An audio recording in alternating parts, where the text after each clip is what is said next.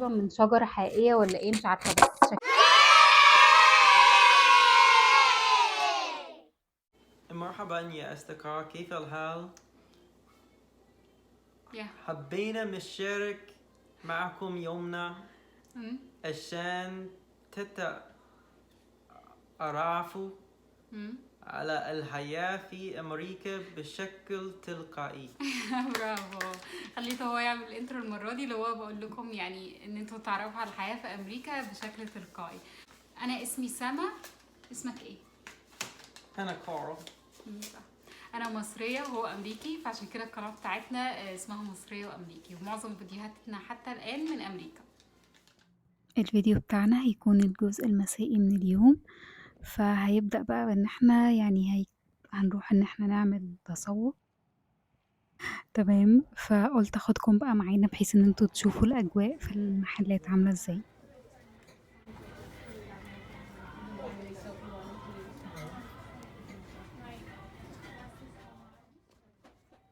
زي ما انتوا شايفين بقى الأجواء الشتوية في كل مكان.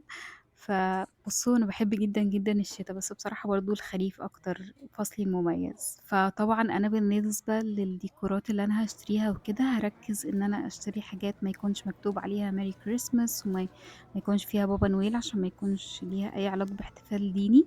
وبالنسبة لشجرة الصنوبر زي ما قلت لكم في فيديو قبل كده عشان لو محدش شافه، يعني حد بيتفرج وما شافوش، الشجرة دي يعتبر هي يعني اللي بتبقى باقية في الشتاء فبيتساقط عليها التلج وكده، فهي رمز للشتاء بشكل عام.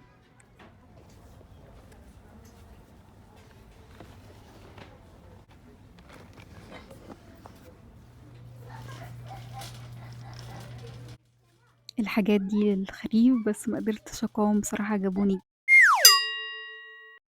رجعنا بقى البيت فقلت اشارك معاكم الحاجات اللي احنا اشتريناها وكده. ف... فاشتريت بقى ده وكده، فشكلي كده هحطه في الشباك اللي ورايا ده، لسه بقى هنسق يعني. برضو التابلو ده، بص هو مش مكتوب برضو عليه اي كلام ديني او كده، هو بس اللي مكتوب عليه مش عارفه بقى هو يبقى ظاهر لكم باي اتجاه، يعني ان هو معناه ان ده اجمل ان ده اجمل وقت في السنه يعني وكده. الفيديو ده هينزل امتى؟ بس انا بصوره في شهر 11، ممكن ينزل في شهر 12، مش عارفه لسه هينزل امتى يعني. بس احنا خلاص البرد بدأ عندنا، يوم برد ويوم حر، ده صعب قوي على فكره يا جماعه. العيا رهيب، كل شويه الواحد يعيا والكلام ده. جبت دي بقى تقيله شويه، يعني ايه اللي هو الصينية اللي نحط عليها بقى أكل وبتاع وكده، بس هي كأنها يعني هي أصلا معمولة تقريبا من شجرة حقيقية ولا ايه مش عارفة، بس شكلها كده عشان بصراحة شكلها خشب حقيقي يعني. تقيلة بصراحة، تقيلة جدا. شايفين؟ عايزة أقول لكم كويس إن أنا غيرت هدومي ما عملتش بلبس الخروج، لأن الحاجات دي بتنزل بتنزل. شايفين الجليتر اللي عليها والكلام ده بيعمل.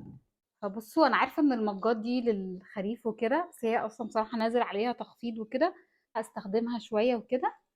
شايفين؟ تصوروا ده ب2 دولار يا جماعه، كان تقريبا ب6 دولار، 7 دولار، 5 دولار تقريبا، لا 6 دولار.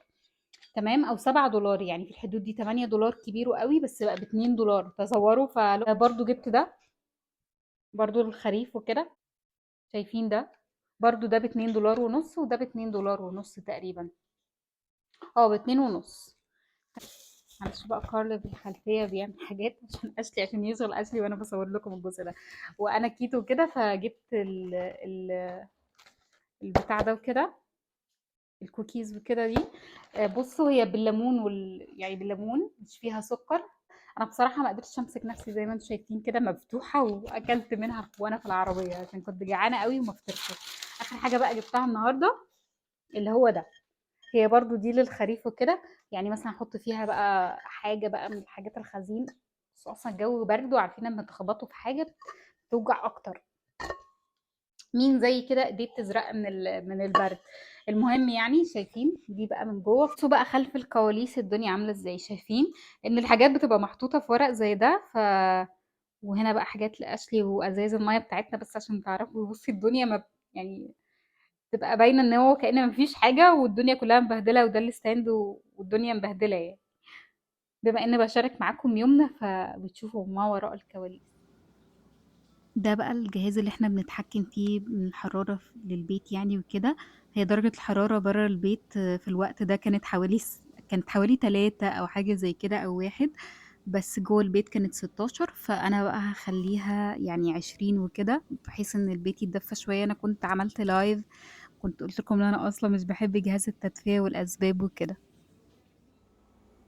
هجهز بقى العشاء بس عايزة أوريكم حاجة مهمة جدا لأي حد عنده قلاية هوائية كبيرة كده زي بتاعتي.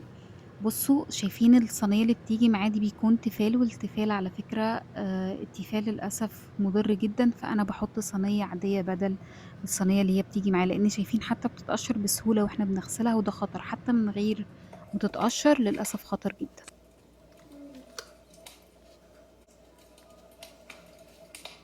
العشاء بقى هيكون فراخ معمولة في الفرن وهعمل جنبها سلطة يعني عشاء بصوا مش بياخد وقت خالص يعني فده افوكادو هقطعه هو والطماطم مع بس اللي هو الورق الاخضر ده.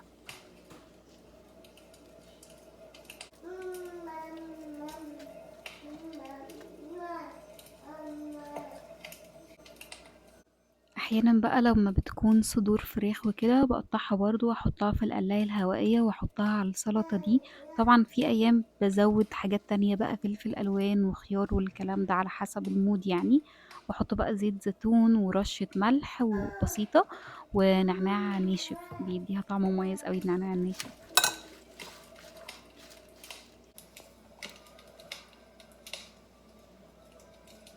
عايزة اوريكم الفراخ شايفين مقرمشة جدا هعمل يعني الإضاءة اهو مقرمشة وبتطلع حلوة قوي في القلاية بصراحة يعني بصوا القلاية بجد مهمة جدا جدا في كل بيت.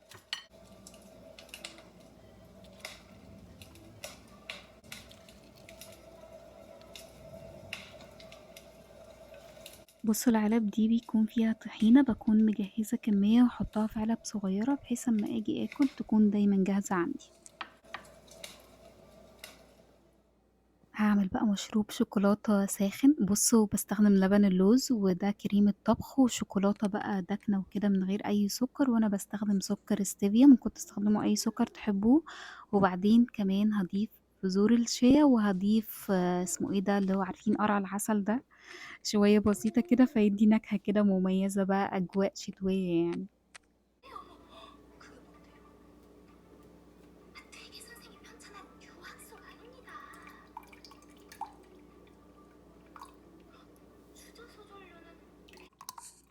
مين زيي بقى بيحب الدراما الكورية وكده أنا بعشق الدراما الكورية بصراحة مش كل يوم بقدر أتفرج بس يعني أحيانا كده كل فين وفين بحاول إن أنا أتفرج أخد وقت لنفسي.